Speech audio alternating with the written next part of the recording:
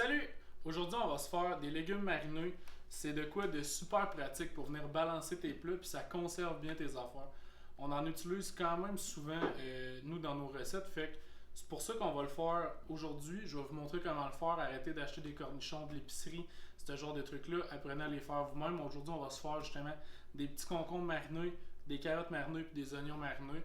On va réutiliser également les légumes là, qu'on a préparés dans la vidéo de coupe de légumes. Fait que, on va commencer avec ça. On a déjà beaucoup de carottes de couper, fait qu'on les prendra pas, ceux-là on les coupera pas, je vais les garder pour manger pour moi-même. Les oignons, on n'en a pas tant que ça de couper déjà, fait que je vais me couper deux petits oignons de plus. Puis les concombres, même chose. Les concombres, on va se faire comme deux shapes différentes. On va se faire des bâtonnets puis des rondelles, tout simplement pour avoir des petites rondelles de cornichons, puis des petits bâtonnets. On va les couper en quatre en fait. Là. Fait que ça va être super simple. On va commencer avec ça. Les oignons, on va les couper en demi-rondelles en fait, ultra minces. Faites-les le plus mince que vous pouvez. Je trouve que ça fait bien dans une marinade, ça garde son croquant. Là. Fait que couper des demi-rondelles relativement minces. On va se mettre ça directement dans des pots maçons parce que la marinade qu'on va mettre dedans, elle va être chaude quand on va la mettre dans nos plats. Prenez-vous des plats qui résistent bien à la chaleur. Là. On fait bouillir du stock puis on le met directement dedans. On va s'en parler plus tard. Fait qu'on va mettre les oignons directement là-dedans puis on se revoit quand tout est coupé, tout est dans les pots.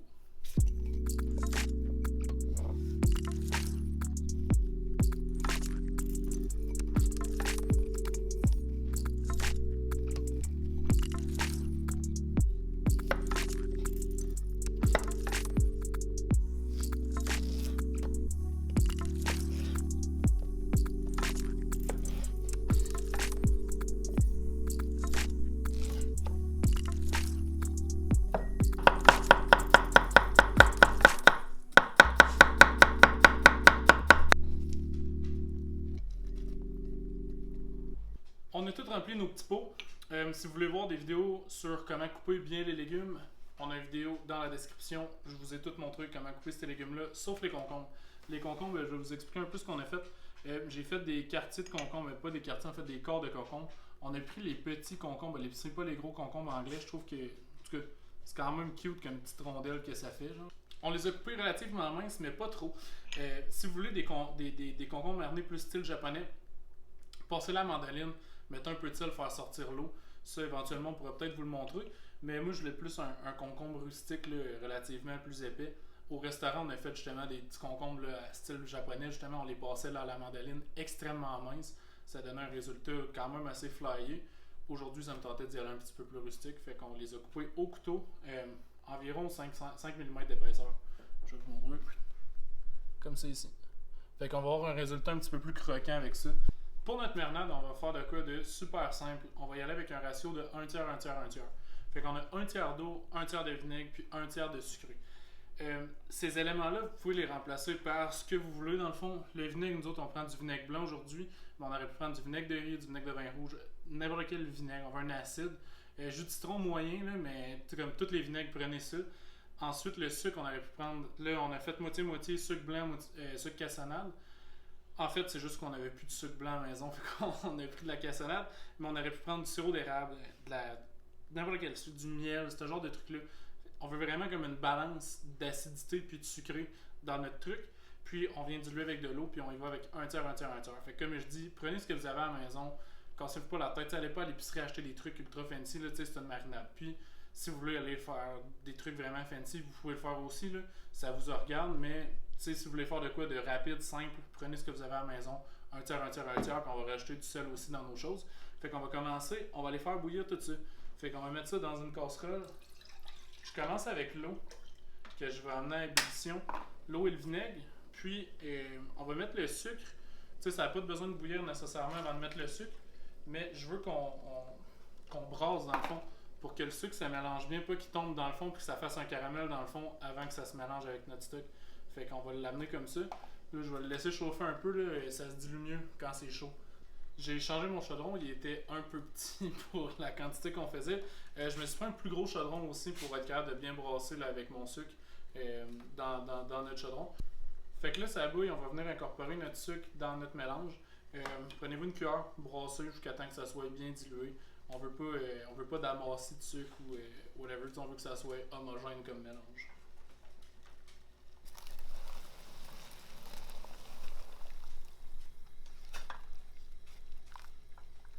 Là, on va le ramener à ébullition. C'est ça, dans le fond, on veut quand même que ça soit le plus chaud possible quand on le met dans nos pots maçons pour que les légumes ils cuisent un peu avec cette température-là, en fait. Là. Pendant que ça a l'air de revenir à ébullition, dans le fond, je vais vous expliquer, là, on a rempli les pots maçons puis on les a quand même bien compactés. Ça n'a pas besoin d'être super aérien dans nos pots, là, fait que genre, vous pouvez fouler vos pots, peser bien comme il faut. C'est juste qu'il faut s'assurer, disons, là, mon exemple n'est pas bien. Parce que quand on va mettre le couvercle dessus, il y a des bonnes chances que les carottes qui sont là viennent obstruer le couvercle. Fait qu'on veut pas que ça arrive. Fait qu'assurez-vous vraiment là, que vos bords sont bien propres, bien clean. Quand vous allez mettre votre pot maçon dessus, votre couvercle, il va bien se fermer et ça va être bien serré. Ça bouille. On va venir le prendre ici. Fermer notre rond. Parfait. Là, faites attention, mais en tout cas, vous allez voir, là, il y a du vinaigre bouillant là-dedans. Fait que genre, quand on l'ouvre, ça vient de buzzer un peu. On va venir se prendre une louche. Moi, j'ai préparé au cas où je faisais des dégâts. Ça arrive quand même souvent avec ce genre de truc-là, quand tu le mets dans des pots maçons, que tu fais des dégâts. Je sais qu'il y a des entonnoirs faits pour ça spécifiquement, mais ça me tentait pas de faire de la vaisselle. Là. Fait que c'est ça. Il y a nos 4 pots. Puis, on va mouiller à hauteur. En fait, on veut vraiment là, les remplir le plus qu'on peut avec ça.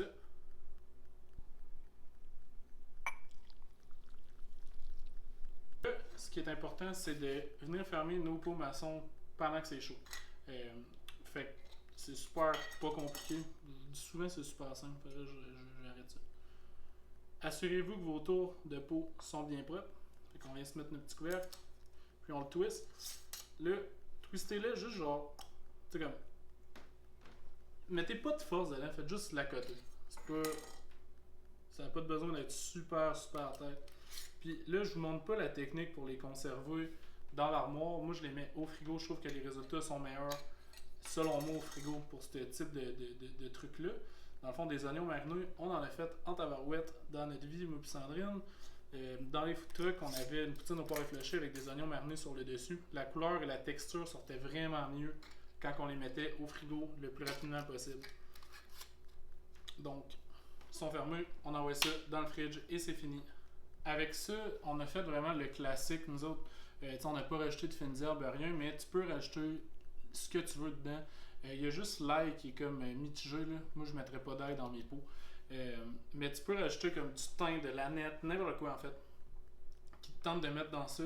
Les légumes, tu peux les varier aussi. Le chou-fleur, ça fait vraiment bien là-dedans. Les fines herbes que vous allez mettre, mettez-les dans vos pots directement. Mettez-les pas dans l'eau qui bouille. Vous pouvez le faire, mais moi, j'aime mieux le mettre direct dedans. Fait que, tu places tes concombres, une feuille d'aneth, puis après ça, tu coules ta marinade dessus. Puis comme je disais, les marinades, il y a plusieurs variétés. Là, vous pouvez faire ce que vous voulez. Nous autres, on est allé ultra simple. Puis c'est le résultat qui marche bien pour nous autres. Puis ça ne nous tente pas de nous casser nécessairement la tête quand on fait ce genre de truc-là. Mais quand vous faites des grosses batches, moi je vous dis, faites-vous plusieurs marinades. On a fait ça une chute, là, on avait un jardin, on avait des concombres à s'en tirer par la tête. Là, on en lançait au chien à place de lancer la balle. C'est pour te donner une deux. Mais on s'était fait comme 4 sortes de marinades différentes. Une japonaise classique, une japonaise plus épicée, un à la nette.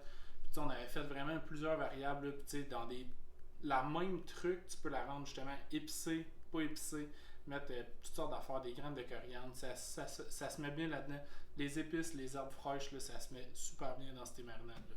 Ces légumes-là, on va les utiliser dans nos prochaines recettes. Tu iras voir sur notre chaîne pour voir les recettes dans lesquelles on va les utiliser. Si tu veux pas les manquer, ces recettes-là, oublie pas de nous suivre. Mets la petite cloche de notification. Si t'as aimé ce genre de recette-là, ce genre de truc-là, n'oublie pas de lâcher un like. On travaille fort là-dessus, des likes, nous autres, ça nous tient chaud à cœur. On aime ça les recevoir, ça nous met un sourire dans le visage à toutes les fois qu'on les voit. Lâche des commentaires, c'est tout, on les lit toutes, là. Ça nous rend vraiment heureux de pouvoir nous écrire. Honnêtement, vous tenez ça quand même à cœur. Il y a beaucoup de monde qui nous écrivent des recettes, ce genre de trucs-là. On est super content de le faire. On va en faire quand même plusieurs de vos recettes que vous nous avez écrites. On les fera pas nécessairement toutes, mais on va essayer d'en faire le plus possible. Puis on est heureux de voir quand vous riez à nos blagues aussi. Je sais qu'il y en a qui ont lâché des petits commentaires là, justement sur la vidéo de caviar. Vous irez voir la vidéo de caviar d'ailleurs. Super cool comme vidéo. Puis vous passerez me voir au Ambre. Je suis au resto quasiment tous les jours. Fait que passez nous voir, venez nous dire un petit coucou. Allô, allô. Ça nous fait plaisir ça aussi. Merci beaucoup. À la prochaine. Peace.